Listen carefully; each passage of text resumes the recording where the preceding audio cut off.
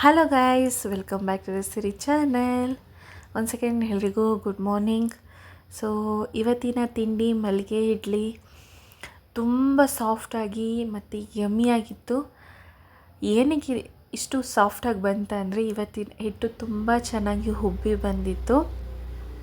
So ಹಾಗಾಗಿ ಯಾವ ರೀತಿ ಮಲ್ಲಿಗೆ ಇಡ್ಲಿ ಮಾಡೋದು ಅಂತ ನಾನು ನಿಮಗೆ ಮುಂದಿನ ವೀಡಿಯೋದಲ್ಲಿ ತಿಳಿಸ್ಕೊಡ್ತೀನಿ. ಬೇಕಿದ್ದರೆ ಕಾಮೆಂಟ್ ಮಾಡಿ ತಿಳಿಸಿ. ಈ ಥರ ತುಂಬ ಹುಬ್ಬಿ ಬಂದರೆ ನಾವೇನು ರೆಡಿ ಮಾಡಿ ಇಟ್ಟಿರ್ತೀವಿ ಆ ಹಿಟ್ಟು ತುಂಬ ಚೆನ್ನಾಗಿ ಇಡ್ಲಿ ಬರುತ್ತೆ. ಈ ಥರ ಹುಬ್ಬಿ ಬರಬೇಕು ಅಂದರೆ ಏನು ಮಾಡಬೇಕು ಅಂತ ಸೀಕ್ರೆಟ್ ಹೇಳ್ತೀನಿ, ಬೇಕಿದ್ದರೆ ಕಾಮೆಂಟ್ ಮಾಡಿ. ಇವಾಗ ಇಡ್ಲಿ ಮಾಡೋಕ್ಕೆ ಇಟ್ಕೊತಾ ಇದ್ದೀನಿ.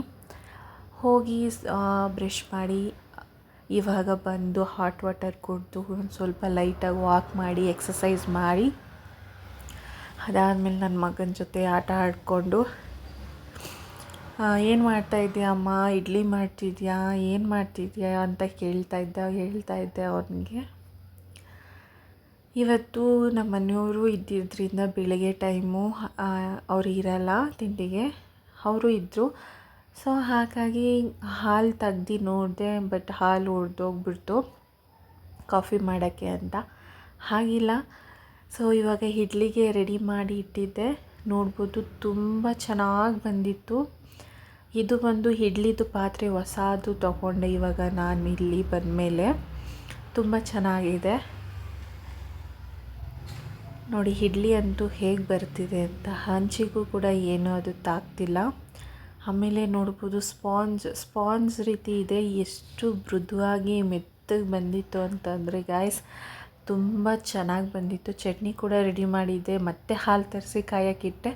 ಹೀಗೆ ತಿರ್ಗೋಸ್ಕರ ಎಲ್ಲ ಹಾಲೆಲ್ಲ ಚೆಲ್ಲೋಗ್ಬಿಡ್ತು ಗೈಸ್. ಯಾವಾಗಲೂ ಹೀಗೆ ಆಗುತ್ತೆ, ನಿಮಗೂ ಹಿಂಗೆ ಆಗುತ್ತಾ ಹೇಳಿ. ಇವಾಗ ಎಮ್ಮಿಯಾಗಿರೋ ಇಡ್ಲಿ ರೆಡಿಯಾಗಿದೆ. ಇಡ್ಲಿ ಜೊತೆಗೆ ಚಟ್ನಿ ಮಾಡಿದ್ದೀನಿ, ಯಾಕಂತಂದರೆ ಇವತ್ತು ಶುಕ್ರವಾರ ಪೂಜೆ ಮಾಡಬೇಕು. ಸೊ ಹಾಗಾಗಿ ಮಾಡಿದ್ದೆ. ಇವಾಗ ನಮ್ಮ ಮನೆಯವ್ರಿಗೂ ಕೂಡ ತಿಂಡಿ ಕೊಟ್ಟೆ. ಅವರು ತಿಂದು ಚೆನ್ನಾಗಿದೆ ಅಂತ ಹೇಳಿದ್ರು. ನನ್ನ ಮಗ ಅಂತೂ ಅಮ್ಮ ಯಮ್ಮಿಯಾಗಿದೆ ಅಂತ ಹೇಳ್ತಾ ಇದ್ದ. ಇವಾಗ ನಾನು ತಿನ್ನಬೇಕಾದ್ರೂ ತೋರಿಸ್ತಿದ್ದೀನಿ ನೋಡಿ, ಒಳ್ಳೆ ಹೂವು ಥರ ಆಗಿದೆ ಇಡ್ಲಿ. ಅದಾದಮೇಲೆ ಆಫ್ಟರ್ ಲಾಂಗ್ ಟೈಮ್, ತುಂಬ ದಿನ ಆದಮೇಲೆ ಕಾಫಿನ ಕುಡಿತಿದ್ದೀನಿ. ನನಗೆ ಕಾಫಿ ಕುಡಿಬೇಕಂತ ಅನ್ನಿಸ್ತಾ ಇತ್ತು, ಅದಕ್ಕೆ. ಆ್ಯಕ್ಚುಲಿ ನಾನು ಕುಡಿಯಲ್ಲ ಕಾಫಿನ, ಬಟ್ ನನ್ನ ಹಸ್ಬೆಂಡ್ ಪ್ರೀತಿಯಿಂದ ಮಾಡಿಕೊಟ್ರೆ ಕುಡಿತೀನಿ ಅಷ್ಟೇ. ಅದಾದಮೇಲೆ ಇವಾಗ ಬಟ್ಟೆ ಎಲ್ಲ ವಾಶ್ ಮಾಡಿಟ್ಟಿದ್ದೆ. ಇವತ್ತು ಬೆಂಗಳೂರಲ್ಲಿ ವಾತಾವರಣ ಅಂತೂ ತುಂಬ ಚೆನ್ನಾಗಿತ್ತು, ತುಂಬ ತಂಪಾಗಿತ್ತು. ವೆದರ್ ತುಂಬ ಚೆನ್ನಾಗಿದ್ದರಿಂದ ಅಲ್ಲೇ ಸ್ವಲ್ಪ ವಾಕ್ ಮಾಡ್ತಾಯಿದ್ದೆ. ನೆಕ್ಸ್ಟು ಇವಾಗ ಸಂಜೆ ಪೂಜೆನ ಮಾಡೋಕ್ಕೆ ಅಂತ ರೆಡಿ ಮಾಡಿ ಇಟ್ಕೊಂಡು ಪೂಜೆನ ಮಾಡ್ಕೋತಾ ಇದ್ದೀನಿ. ಸೊ ನಾನು ಬೆಳಗ್ಗೆ ತಿಂಡಿ ಆದಮೇಲೆ ಮಧ್ಯಾಹ್ನ ಅದೇ ಇಡ್ಲಿನ ತಿಂದ್ವಿ. ರಾತ್ರಿಗೆ ಮಾಮೂಲಿ ಅನ್ನ ಸಾಂಬಾರು ಮಾಡ್ಕೊಂಡಿದ್ದೆ. ಸೊ ಹಾಗಾಗಿ ರೆಸಿಪಿ ಏನು ತೋರಿಸಿಲ್ಲ ಮತ್ತು ಶೇರ್ ಮಾಡ್ಕೊಂಡಿಲ್ಲ. ಶುಕ್ರವಾರ ಆಗಿದ್ದರಿಂದ ನನಗೇನು ತುಂಬ ಕೆಲಸ ಇತ್ತು, ಮನೆ ಕ್ಲೀನ್ ಮಾಡೋದು ಎಲ್ಲ, ಬಟ್ಟೆ ವಾಶ್ ಮಾಡೋದು ಎಲ್ಲ, ಹಾಗಾಗಿ ಮಾಡಿಲ್ಲ. ನನ್ನ ಮಗನೂ ಪೂಜೆ ಮಾಡ್ತಿದ್ರೆ ಎಷ್ಟು ಕ್ಯೂಟಾಗಿ ಕೈ ಮುಕ್ಕೊಂಡು ಕೇಳ್ಕೊತಾ ಇರ್ತಾನೆ ಗೊತ್ತಾ. ಅವ್ನಿಗೆ ಹೇಳ್ಬೇಕಂದ್ರೆ ನನಗಿಂತಲೂ ದೇವ್ರ ಮೇಲೆ ಅವನಿಗೆ ಜಾಸ್ತಿ ಭಕ್ತಿ. ಇದು ಇವತ್ತಿನ ರಂಗೋಲಿ. ಇಷ್ಟ ಆದರೆ ಲೈಕ್ ಮಾಡಿ ಗಾಯ್ಸ್. ಧೂಪ ಹಾಕಿ ದೀಪ ಹಚ್ಚಿ ಪೂಜೆ ಮಾಡಿರೋವಂಥದ್ದು.